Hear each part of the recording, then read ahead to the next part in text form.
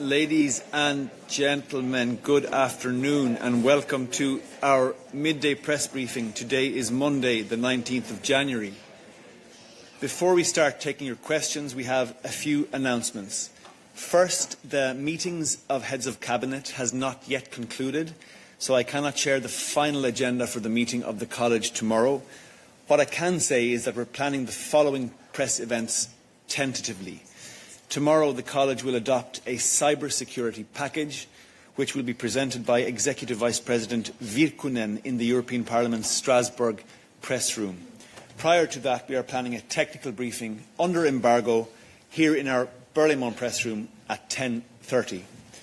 The College will also discuss the Digital Networks Act, which will be presented by EVP Virkkunen also in Strasbourg on Wednesday. We will also have a technical briefing under embargo on this file tomorrow at 9:15 a.m. here in our press room. And finally, Commissioner Lapid should present an anti-racism strategy for 2026 to 2030 tomorrow in Strasbourg. That's it for the college agenda. As mentioned, the meeting is not over yet. We'll confirm all details and provide timings via our usual channels as and when we can. Now, let me invite Siobhan to the podium for an important announcement on critical raw materials.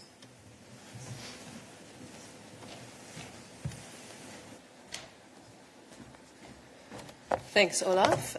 Today we're happy to announce that we have concluded the second round of applications for strategic projects under the Critical Raw Materials Act.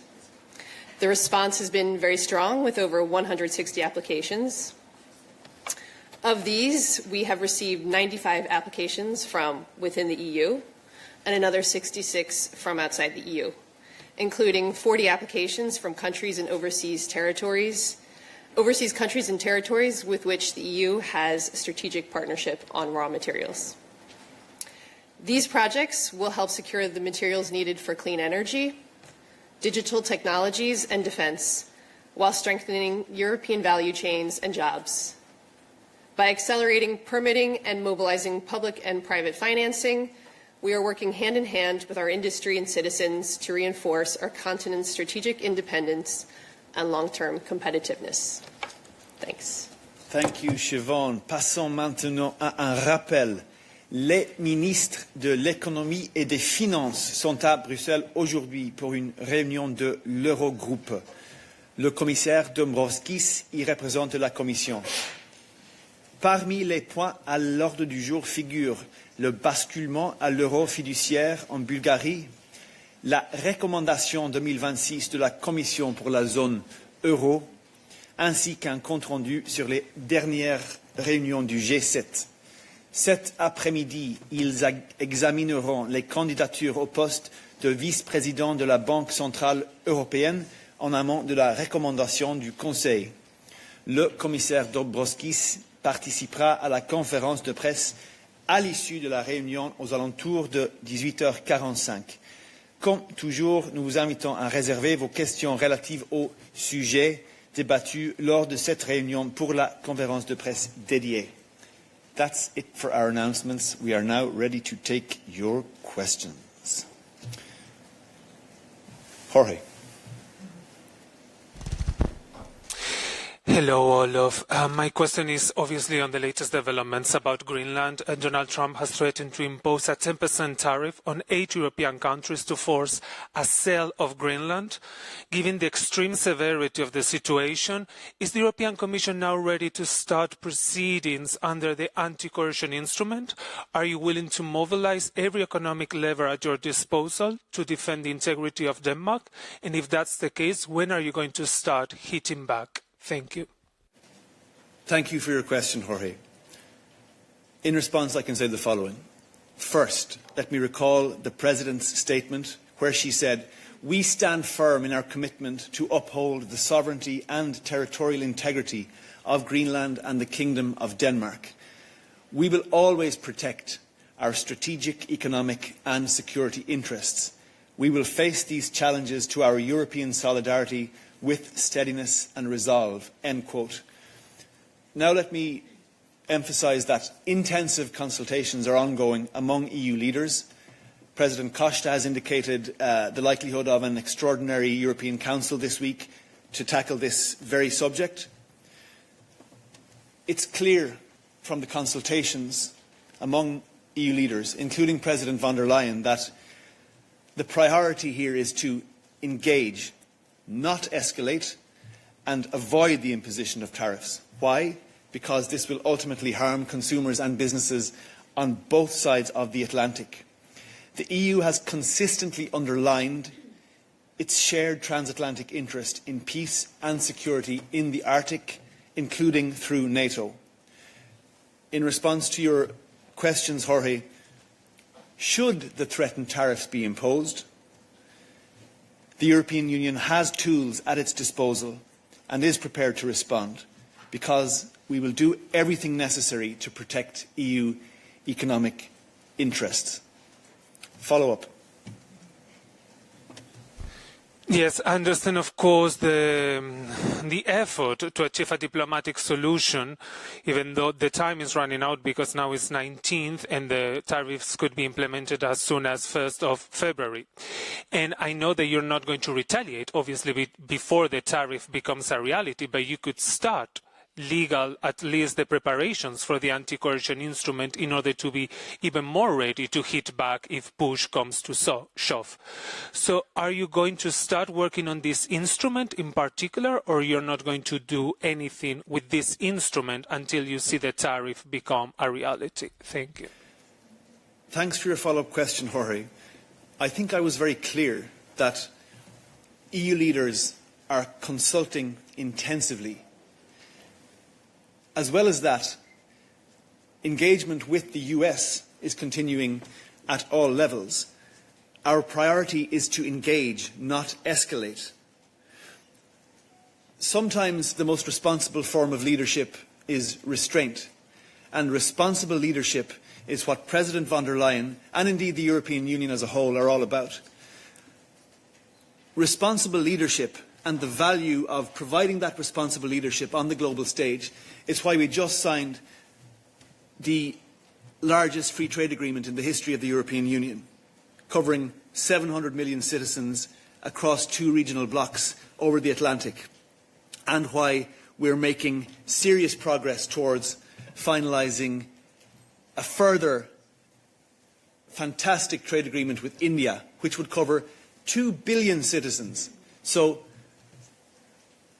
I think we can see very clearly that the value of responsible, mature leadership on the global stage is paying off in terms of the EU trade agenda, in terms of our efforts to diversify our trade partners and give ourselves the maximum economic potential from our partnerships around the globe.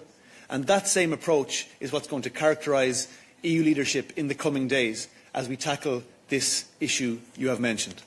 Other questions on this topic for Olaf? Peggy. Hi, Peggy Collin for Euronews. Is there any calls or meetings planned between President von der Leyen and President Donald Trump in the coming today or in the coming days? Thanks. Thank you for your question. I'm not aware of any meeting that has been called between Presidents von der Leyen and Trump. They will both be in Davos. I can't discount the possibility that that may happen, but right now there is no such meeting planned. Other questions? Koen. Hello, Koen Verhelst for Politico. I was wondering, the US threats, they focus on a number of EU countries, also non-EU countries, but particularly about the EU countries. Is it even possible, legally speaking, to put tariffs on only a set of EU countries and not all of them, considering we are a trading bloc? Thank you. Thank you for your question, Koen. Many of your colleagues have asked me this question over the past 48 hours. And I'm now going to give you a lengthy technical explanation, so take a deep breath, everyone. The European Union operates as a single market and under a customs union, ensuring the free circulation of goods between member states without internal customs formalities. According to EU rules, there is only an EU origin for goods manufactured in the EU. This does not prevent a third country from requiring information about the member states the goods are originating from. Many EU origin products are manufactured through integrated cross-border supply chains involving multiple member states. Moreover, goods produced in the EU may be transported without customs formalities and therefore without a tracking of the origin. This means that from a customs and operational perspective, it is practically very difficult to attribute goods exclusively to a single member state, given that production and transformation processes are often distributed across the EU. So, to summarise, it is technically possible. It is immensely bureaucratically and procedurally complex to do so, and it would result in layers of additional complexity that would, if we're talking about EU-US trade, we're talking about potential layers of additional complexity that would impede the smooth functioning of transatlantic goods trade, particularly for US importers. Follow-up. Not directly on this topic, but related. The 93 billion retaliation package that the EU froze last year, how quickly can this be unfrozen in the event you would decide to do so? Thank you. Thanks for your follow-up question, Kuhn. So I can just give the background here to remind colleagues. So on the 24th of July, the Commission adopted a consolidated package of EU rebalancing measures on a list of US goods imports worth €93 billion to prepare for a situation where such a series of rebalancing measures would be necessary. This is a broad list, a broad range of industrial and agricultural products. The current suspension of those rebalancing measures lapses on the 6th of February. So the lapse of the suspension is automatic. So therefore, unless the Commission, in consultation with Member States via the usual comitology procedure, takes steps to extend the suspension ends and the measures kick in on the 7th of February. So I hope that's clear procedurally, and just to be very, very clear, and also to cut off follow-on questions, no decision has been made on that yet. Leaders are consulting this week on multiple levels, including at the extraordinary UCO we're expecting, and we will take it from there. Kuhn, I'll give you one more follow-up. Yeah, just sorry, because I checked this last year when the freezing was happening, and I thought it was indefinite, not until a particular date. So the 6th February, how does it work? Is it coming from a different legal text, or? Kuhn, I just answered that question. We can talk about it after midday if you want to get into the technicalities. Other questions on this topic, please? Go ahead. Jennifer. Thanks so much, Jennifer Rankin at The Guardian. Just on the last question, just for clarification, you said the measures kick in on the 7th of February, so the tariffs would apply from the 7th of February. Do I understand that rightly? And then I had my question. List of countermeasures, yes. Okay, so the tariffs would apply from the 7th of February? Yes. Yes, okay. And I wanted to ask, though, how the Commission is approaching the summit, the European Council, likely to be this Thursday. Are you looking to present these options to EU leaders? Are you looking for quite specific guidance on what to do if the tariffs are in place on the 1st of February? How are you approaching the European Council?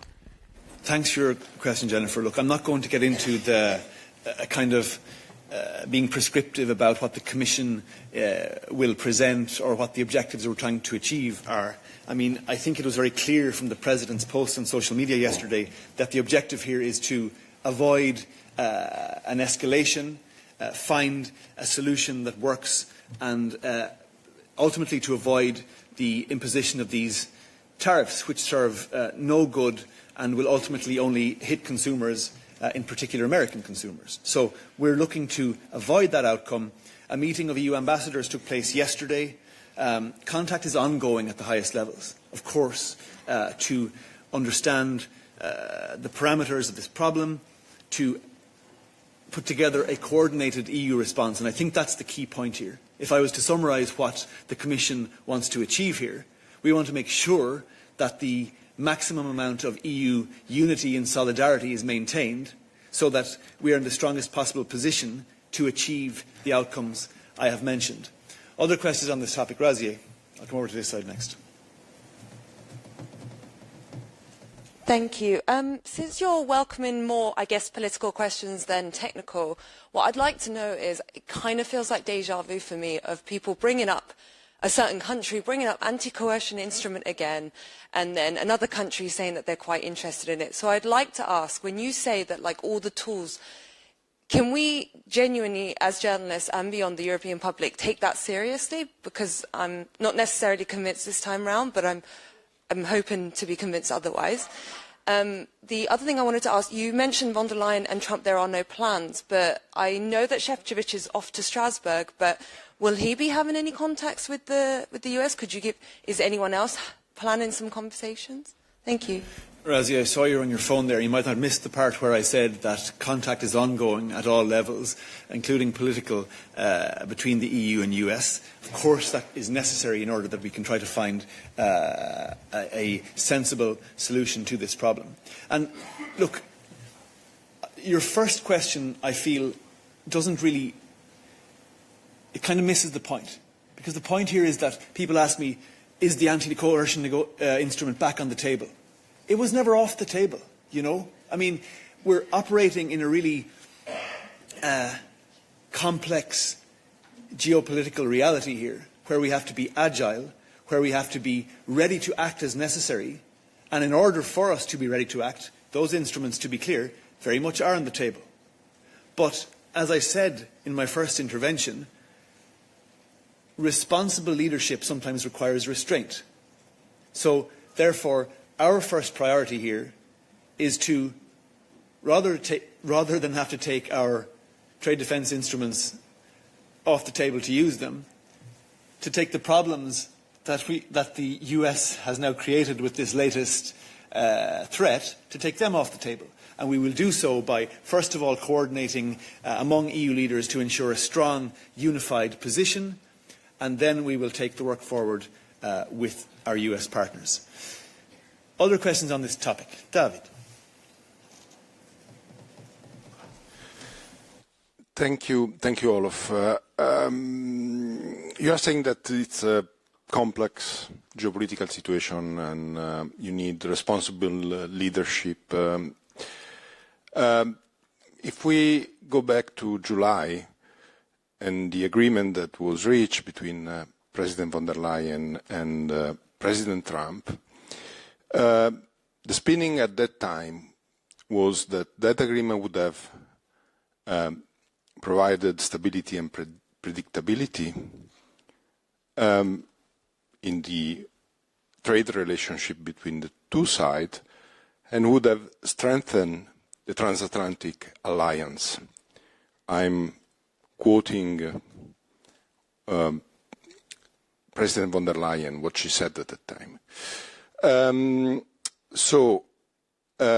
you are saying that engagement is the priority, not escalation. You don't want to escalate. But in fact, it's not you that are escalating.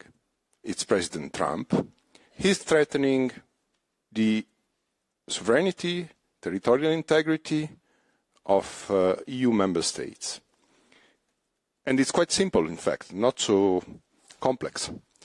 So do you still think that this strategy to engage at all costs to avoid economic, painful decision is the right one and bring results, especially if you look back to July and its effect?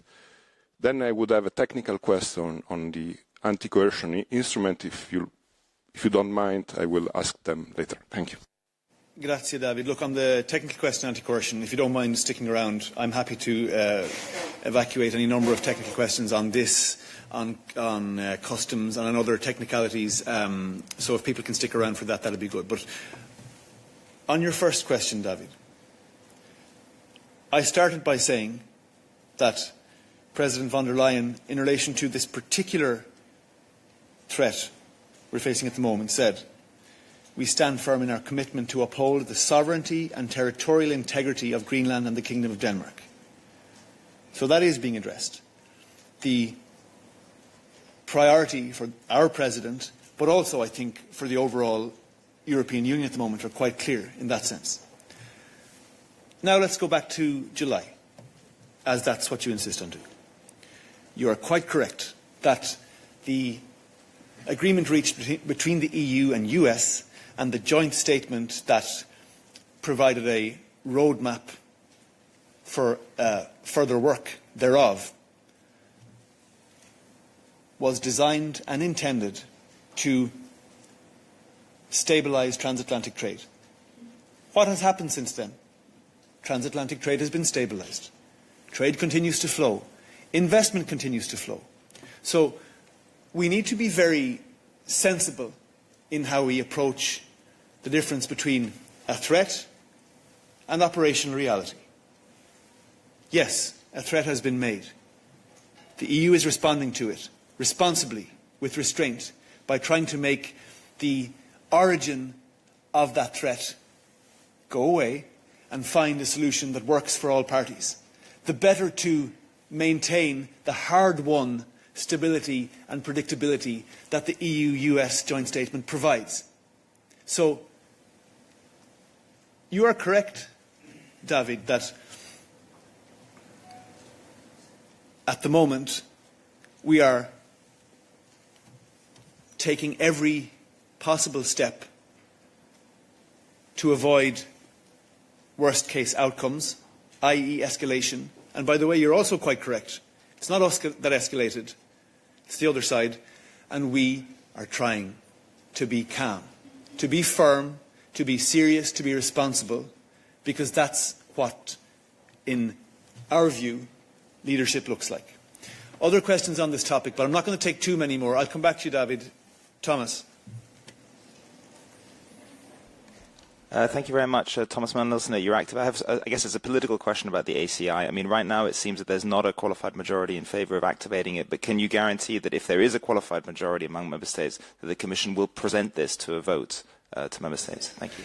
Thank you for your question, Thomas. I can only repeat what I said earlier on, which is that the EU has tools at its disposal and is prepared to respond should the threatened tariffs be imposed. We will use those tools as necessary, and we will do everything that is required to protect EU economic interests. I'm starting to get samey kind of questions now, folks, so unless you're going to come with some better angle, I'm going to change topics. Gerardo. Yeah, Gerardo from Politico. It's a follow-up on Thomas' question. As you're describing it, this tool, it really looks like Mario Draghi's whatever it takes when it was in the crisis of 2012. So does it actually exist, this anti-coercion instrument? Like, is it just a way? Because, I mean, the main scope of this bazooka is it's basically deterrence. So do you know how to use this? Like, I mean, have you done some preparation? Since it's a new thing. Thank you for your question, Gerardo. You must not have missed the little instruction I gave in advance where I said, can we try not to ask the same kind of questions anymore? But nonetheless, I shall respond to your question. The anti-coercion instrument has been in place for a couple of years. And yes, we are perfectly aware of how to use it, when to use it. And you are correct. Its primary goal is to serve as a deterrent. I would put it to you that in the interests of achieving deterrence, sometimes just mentioning the possibility of a stronger tool can serve the desired effect. So I've said all I'm going to say on this topic now. The anti-coercion instrument is one of the tools at the EU's disposal in the event that a direct response is required, should our approach up to that not deliver the intended result. And with that, dear colleagues, unless you have something new to say, we're going to change topics. Give it a go, James. Yeah, thanks. Look, on this coercion question, the Trump administration and U.S. companies have lobbied very, very hard against EU regulations, and in particular, the Digital Services Act, the AI Act, and of course, a whole slew of environmental regulations. And President von der Leyen, in response, has issued 10 omnibus laws that help to address these complaints by the likes of J.D. Vance and ExxonMobil, and I could go on. So when we talk about coercion, to what extent do you regard, to what extent do you see the possible slowing down or even withdrawal of these omnibus instruments as being a potential lever against U.S. coercion, especially because it seems, as my colleagues have pointed out, there is no majority within the Council to activate this rather ghostly instrument, the ACI. Thanks. I don't want to get too into the weeds on this, and I understand that you might come back at me with that, but the fact of the matter is this is already being discussed in a few media. Thanks. Thanks for your question, James. And just to be clear, this is the last question I'm going to take on this topic before we move on to other questions, because there are colleagues who have other questions. So, getting back to the EU-US joint statement, which is the sort of platform through which we engage with the US at the present time, that is a method through which we can talk to our American counterparts about these topics you're mentioning, where we can look at potential solutions that work for both sides. You'll recall that I think it was at the meeting of EU trade ministers in November that the American principals, Secretaries Lutnick and USTR Greer attended and participated in discussions. And that's something you see on a consistent basis since the signing of the joint statement. So we have a platform for engaging with the US on these matters. We are using that platform in the correct way, and we are always open to discuss with our US counterparts and indeed other global partners around the world how they view the impact of EU regulations and other rules. But, as we have said from this podium many, many times, we are the ones who decide our regulations, we are the ones who decide how to implement them, and that will remain the case. Now I'm opening the floor to other topics. Who would like to ask a question? Noureddine.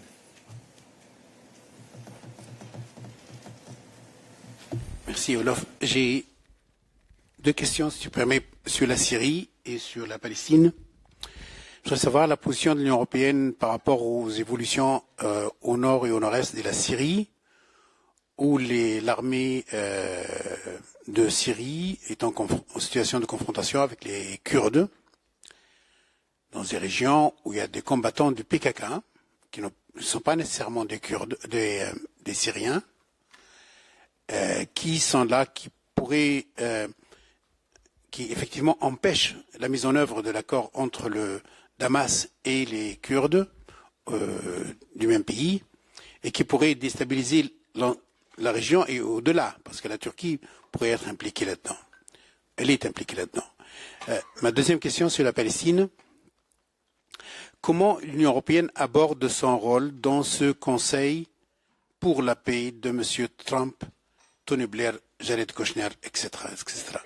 Avez-vous reçu une invitation de M. Trump pour faire partie de ce Conseil? Êtes-vous prêt à payer 1 milliard? Parce qu'apparemment, il faut payer 1 milliard pour avoir sa place dans le Conseil pour la paix.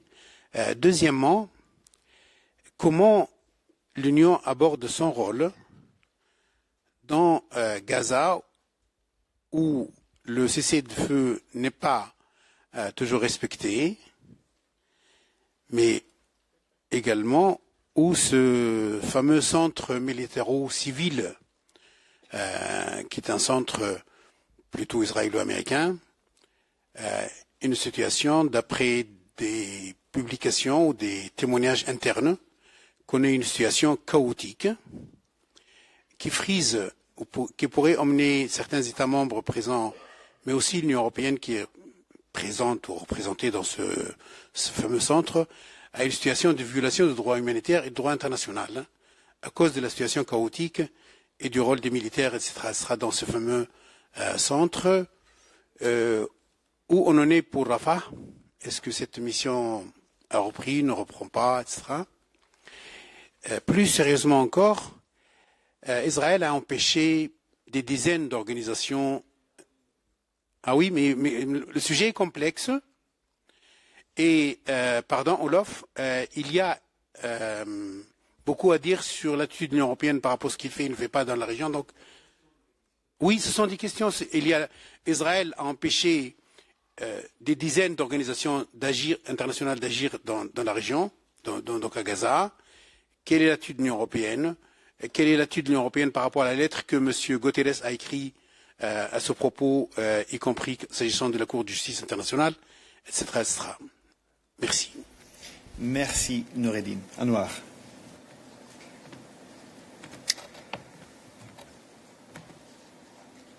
Merci Nourdine pour tes questions. Je vais essayer de les traiter une par une. Je commence sur la Syrie.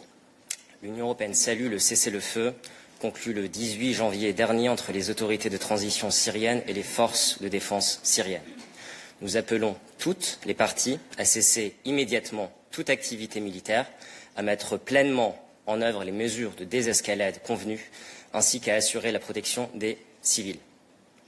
L'intégration des institutions militaires, sécuritaires et civiles dans les structures étatiques, parallèlement à une véritable participation politique et locale, et à la protection des droits des Kurdes, est essentielle pour une transition véritablement inclusive en Syrie. Nous saluons également le renouvellement de l'engagement de la Syrie à lutter contre le terrorisme dans le cadre de la coalition internationale. Bien, s'agissant maintenant de tes questions se rapportant à... alors, tu as plusieurs angles. Israël, je vais commencer par le Conseil de la paix. Les États-Unis nous ont invités à rejoindre le Conseil de la paix. Nous apprécions cette invitation et nous partageons l'objectif de parvenir à la paix, en particulier lorsqu'il s'agit de contribuer au plan global visant à mettre fin au conflit à Gaza. Nous sommes prêts à discuter avec les États-Unis et d'autres partenaires de la manière dont nous pouvons atteindre conjointement cet objectif. Et nous restons en contact étroit avec nos partenaires sur le sujet.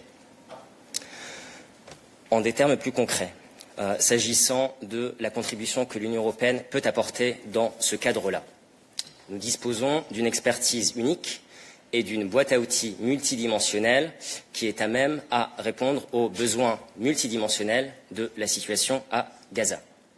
Nous sommes prêts à activer tous les instruments de notre boîte à outils, tant en termes sécuritaires, diplomatiques, en termes de coopération, mais également humanitaires. En termes sécuritaires, sur le plan de la formation de la police palestinienne via notre mission EUPOL-COPS. En termes de gouvernance transitoire, via notre soutien à l'autorité palestinienne et au programme de réforme d'1,6 milliard d'euros sur la période 2025-2027, notre aide, ainsi que via le groupe des donateurs palestiniens et notre présence dans le cadre du centre civilo-militaire. En termes humanitaires également, je peux rappeler la contribution de l'Union européenne qui dépasse les 500 millions d'euros depuis 2023, ainsi que sur l'angle de reconstruction et de relance économique. Je crois que tu as également mentionné la lettre adressée par le secrétaire général des Nations Unies concernant la saisine de la Cour internationale de justice. Nous avons pris note de la correspondance du secrétaire général des Nations Unies concernant l'UNRWA.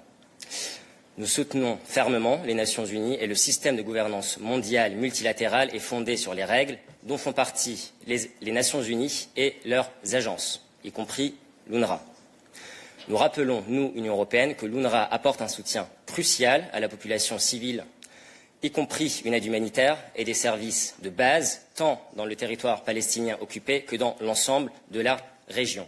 Et nous avons déjà clairement exprimé notre vive préoccupation face aux lourdes conséquences de la législation israélienne sur l'UNRWA, pour ces opérations en Cisjordanie, y compris à Jérusalem-Est, à Gaza, et nous avions souligné qu'il était essentiel que l'UNRWA puisse continuer à mener à bien son travail crucial, conformément à son mandat adopté par l'Assemblée générale des Nations unies en 1949 et renouvelé depuis.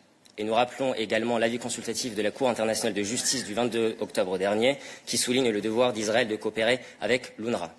Finalement, tu as mentionné également l'état des lieux quand il s'agit de nos opérations sur le terrain, en mentionnant la mission d'assistance à Rafah. Cette mission est toujours en stand-by et nous attendons du coup que le point de passage de Rafah puisse s'ouvrir pour pouvoir agir en plein accord. Merci beaucoup, Anouar. Je vois qu'il y a pas mal de questions pour toi sur ces mêmes sujets en ligne. Donc, je vais commencer avec Mose. Go ahead, Mose. Yes. I would like to follow up on Noureddin's questions regarding the latest events in Syria, in northeast Syria, where it seems, according to news reports, that Kurdish-led Syrian defense forces have been totally routed by the National Army after, let's say, the Arab or Bedouin parts of the SDF deserted or abandoned them.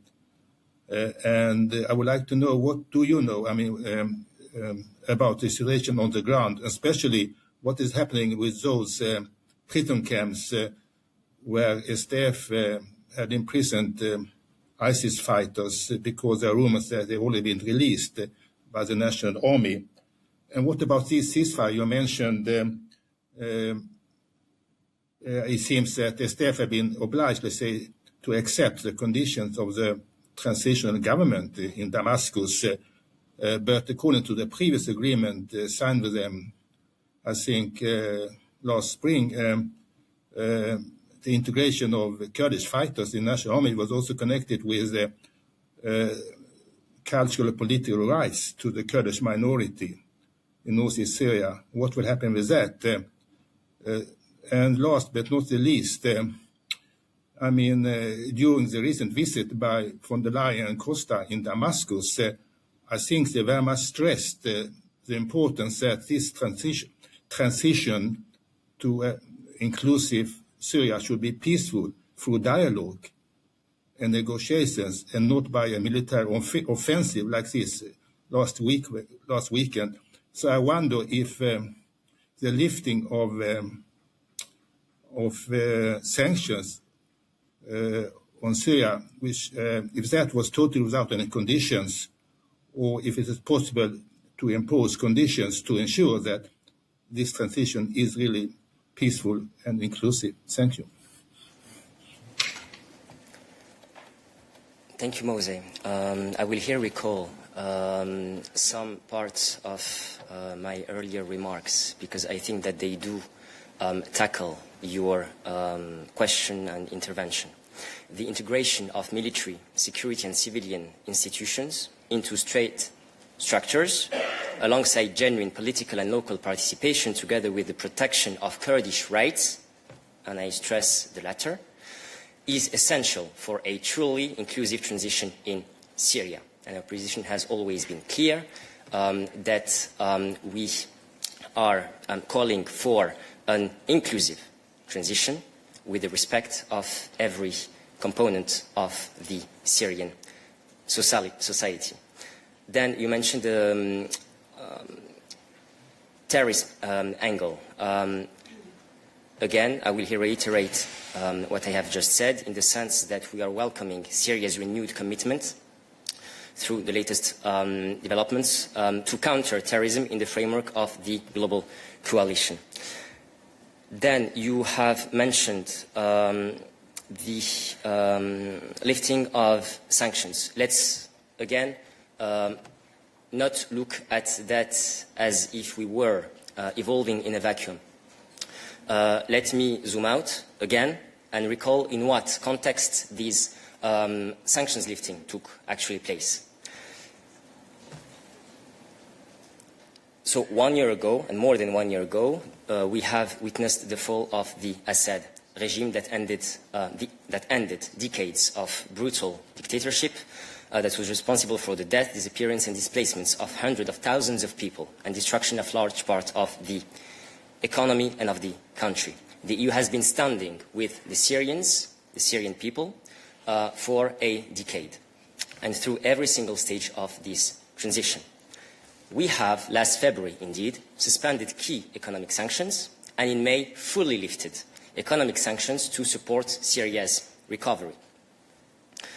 As you know, our sanctions policy is always in touch with the developments on the ground, and I will recall the words from the High Rep at that specific critical juncture that we will judge the authorities by their deeds and not only their words. So sanctions policy is always conditional in terms of what we see on the ground. That being said, we have been welcoming the commitments of the transitional authorities towards a peaceful and inclusive transition, as well as the progress made since last December 2024.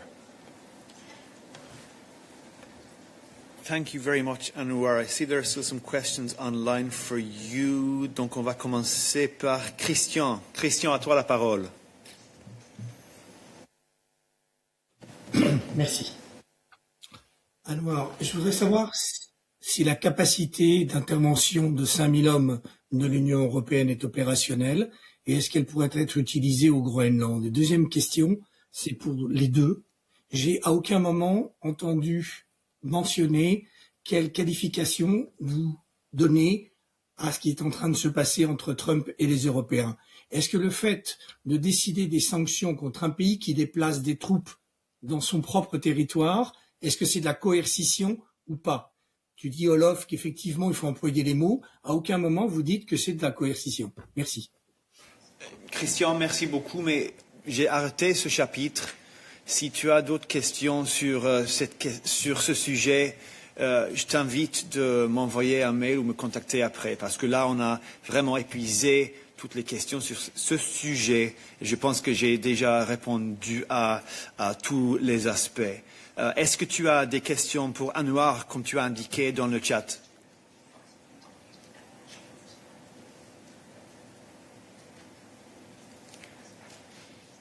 Sinon, je vais passer la parole à Pauline. Pauline, go ahead.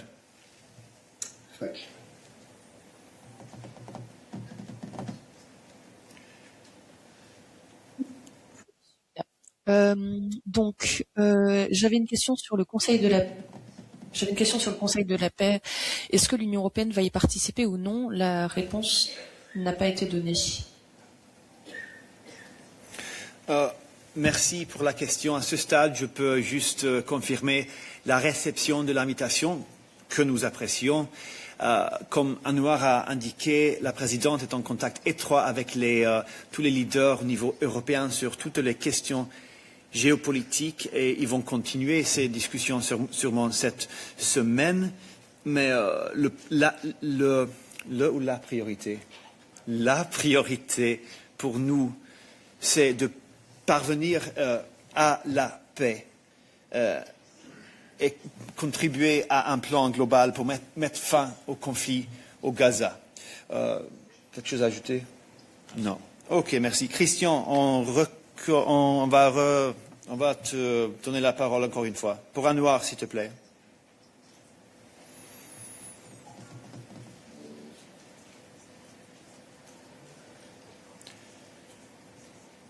Christian, est-ce que tu es là? Sinon, y a-t-il d'autres questions pour Anouar? David, j'étais déjà... Non, attends, ici. Come back to you.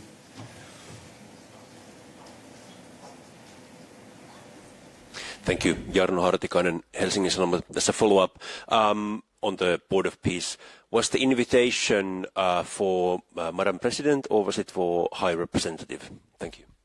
It was for President von der Leyen. Other questions on this topic? Razia, I'll come back to you. I'm really sorry, because you said it in French, I just want to be sure.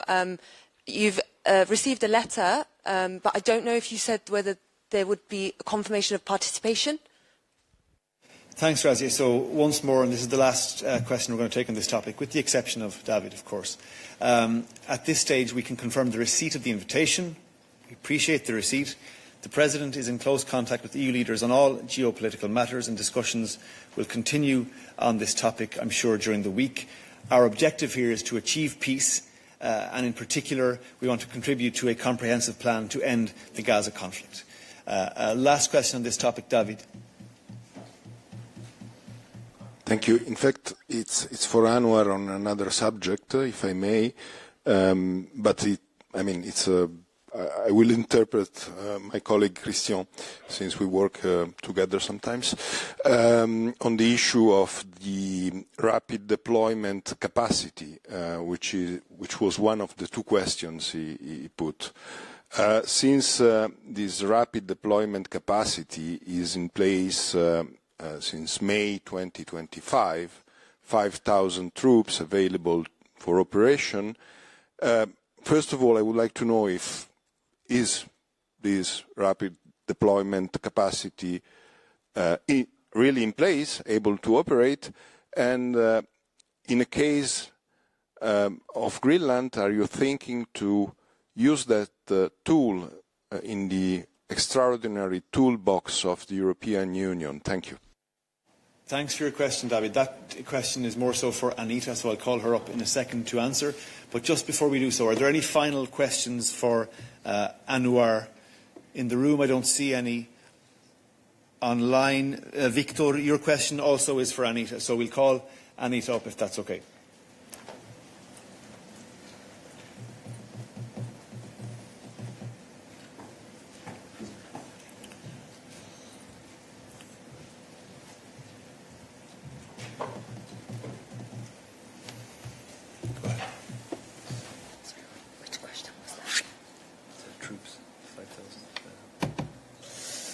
Can you repeat the question, please? David, if you don't mind repeating the question, it's for Anita's benefit. Thanks very much. According to a press release of the European External Action Service of the 20th of May 2025, the EU rapid deployment capacity has become operational. Are you planning to activate this tool, if it's in fact available, in the case of Greenland? Thank you. Yeah. David, before Anita takes the floor, I think we were quite clear in our earlier interventions on this topic that no decisions have been taken and that the focus right now is on engagement, not escalation, and on coordinating amongst EU leaders, first of all, to ensure a strong and unified EU position, a process that clearly is already underway, and secondly then to engage as necessary with the US to find a negotiated outcome. But if you have something to add, Anita, please feel free. Thank you. Just to stay on the specifics of the RDC, this EU rapid deployment capacity, it's indeed a new military instrument referenced to May 2025. And as such, it can be deployed, but it has to be a unanimous decision of the member states. Thank you, Anita. Do we have other questions for Anita on the many global territories and issues she covers? Please, go ahead. Yes, Stephanie Sell, Europe Table. On the meeting between the Danish defense minister and the Greenlandish foreign minister with the HRVP Kallas today, can you say when it will take place, media opportunities, and is it at NATO, or will they come to the headquarters here in the Schuman area? Thank you. Thank you. All I can say is that indeed the High Representative will be meeting the Danish Deputy Prime Minister and also the Minister of Defense, as well as the Minister of Foreign Affairs of Greenland. So for further details, stay tuned and we'll be in touch. They will meet this afternoon. Thank you, Anita. Other questions for Anita? I have her hand at the back here. Blaž Mohorčić with the Slovenian Press Agency. Is there planned any meeting of foreign ministers ahead of the summit on Thursday, maybe with a conference or something like that? Thank you.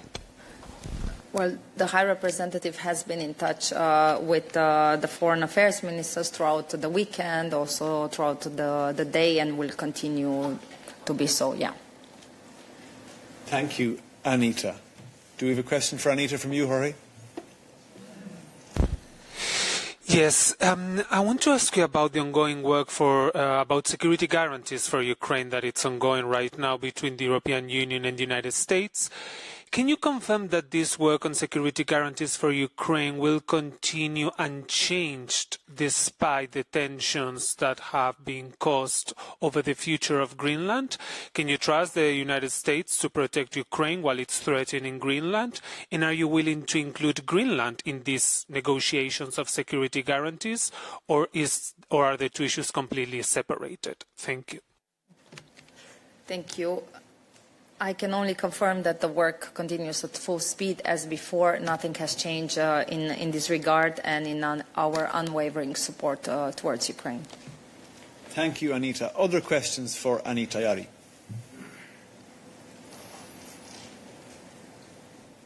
Yes, it's linked to Jorge's question. I think the original plan was to have some of the leaders hoped to have a meeting with President Trump in the sidelines of Davos in order to discuss the security guarantees for Ukraine. So do you foresee that there's a double agenda for the meetings, discussing the most recent tariff threats and the security guarantees? Look, I think this is the type of week where many geopolitical questions are going to be raised in multiple fora. So we can't give you a precise answer, but I can well imagine that in some of the meetings that will take place in Davos, in the build-up also to the expected UCO, that of course these kind of questions will be debated because they remain high on the geopolitical agenda for the EU, and as such we will continue to focus on them in a meaningful way. Other questions for Anita? No, I don't see any hands in the room or online. Other topics for us today? We go right to the back here. I can't see who you are. You'll have to tell me. Thank you, Olof. Philip Bedosselvin with the Norwegian media Energi og Klima. Statistics published by the Commission last week show that between the third quarter of 2024 and the second quarter of 2025, the share of EU gas imports originating from the US rose from 14% to 27%, so near doubling the share. And I'm wondering, in light of the tariff threats and the current geopolitical situation, if the EU Commission sees this trade relationship as a source of stability, of potential reason for concern, if this will be addressed in any issue, in any way. Thank you. Thanks for your question. Anna Kaisa may wish to compliment, and I invite her to come up if so, but I would refer back to what I said earlier, which is that we have to differentiate between the level of noise at, let's say, political communication, social media level, and what's happening at operational reality. And what's happening at operational reality in terms of EU-US trade in energy in the widest sense is stable. So I invite Anna Kaisa, welcome back by the way, to complement that if she wishes. Thanks a lot. So you refer to LNG numbers. I assume you mentioned energy or globally. Well, on LNG numbers, the US liquefied natural gas represented last year around 25% of EU's overall gas imports. And according to the latest that I have on LNG imports, they have gone up. I mean, what we are importing from the United States, I mean, this has been a trend ever since Russia attacked Ukraine in 22 and we started our diversification policy. So this has been a very, very consistent policy that we have been encouraging as part of diversifying away from Russia. We have now legislation in place since last year with the very fixed deadline on getting rid of any of Russian energy in the EU market, and this obviously then, as a consequence, it means that this gas and LNG needs to come from somewhere else. And US has been and continues to be a important supplier, and I mean, obviously, it is the companies making these contracts. We do not have, and I have to insist on this fact that the Commission does not have access to contracts made by individual private companies who are buying LNG, for example, or piped gas or any other energy commodity. We do not have access to these contracts. What we have access to is the overall amounts that are being bought.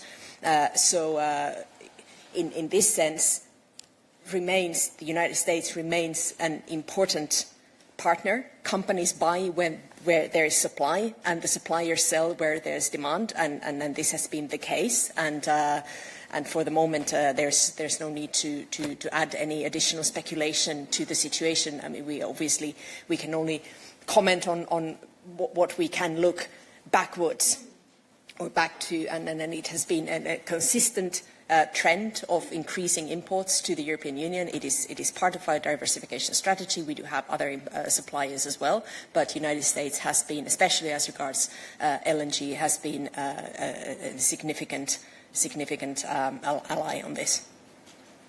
Many thanks, Anna-Kaisa. Other questions on this specific topic? Other questions for Anna-Kaisa? David. Yes, thank you, Olof. Anna-Kaisa, the price of the natural gas has gone quite up recently, last week, €35 and so on. I'm wondering if you are monitoring the situation, if you have an explanation for this spike in the prices. Since Germany didn't respect the obligation on storage, is this a factor? We are seeing the storage of Germany well under the historical level, and why the European consumer should pay for the fact that one member state, in fact 3 member states, didn't respect the obligation on storage? Thank you. On the storage, it is correct that there was first of all on the storage legislation that we extended. We gave member states more flexibility on the storage filling, and Germany, and as you mentioned, some other member states as well, did have issues with the deadline on the gas price. This is something that we do not enter into commenting. We are not a market actor here, so there can be a myriad of reasons why in the beginning of January gas prices or energy prices might go up. The overall storage level of the European Union is currently at around 50%, which is still in the historic average. It is all right. The past 2 weeks, the underground storages have been the main source for energy in Europe, and we do coordinate and we do observe this situation. The gas coordination group meets regularly to take stock, and for the moment there are no concerns on security of supply whatsoever on natural gas. But you mentioned the storage deadline, and there was some development in my absence. I'd be happy to look into that and get back to you on more specific wording on that. But overall, again, for any of our member states, we have not seen any security supply issues or any kind of issues that would have been caused by the extended deadlines and some member states not meeting them. Thank you, Anna-Kaisa. Dear friends, we're approaching the end of our midday. I see there are still some hands raised online. Mose, you have a question for Anna-Kaisa? Yes, follow-up question. Thank you, Mustafa Basis Times. Anna-Kaisa, you mentioned this trend, of import of LNG gas from the United States. It's a Russian invasion. But I would like to ask you if it's possible to relate the recent increases to the joint statement between EU and the United States about purchases of fossil fuels as part of that agreement. Thank you. I didn't get the question.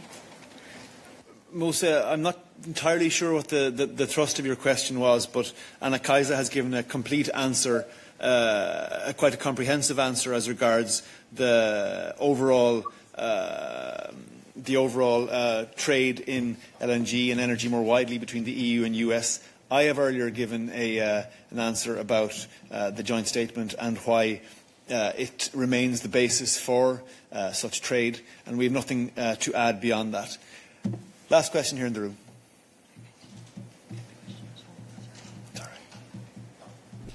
Yes, Dusan Gajic, Radio Television Serbia, but it's not for Anna-Kaisa, it's I think for Markus on entry and exit system application, since the transport associations and workers from Western Balkans have announced a protest blockade of border crossings between the Balkan countries and Schengen for January 26, claiming that the application of EES puts their workers and drivers basically out of work. So would you have a comment on this, and is there a readiness to consider some special tailor-made solutions for this problem? Thank you.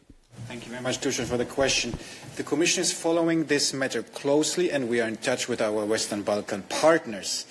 The entry-exit system does not introduce any new requirements relating to the duration of short stays in the Schengen area. What it does is to ensure better implementation of existing rules and systematic detection of irregularities.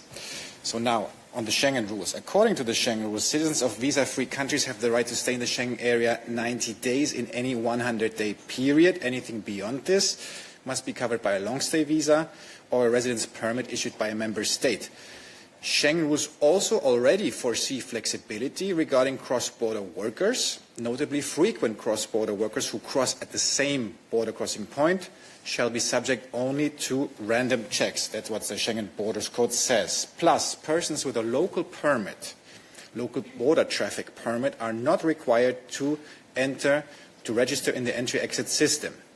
The decision whether to do random border checks or not is for member states at the external borders, not for the Commission. So in short, we're following closely, we are in touch with our partners.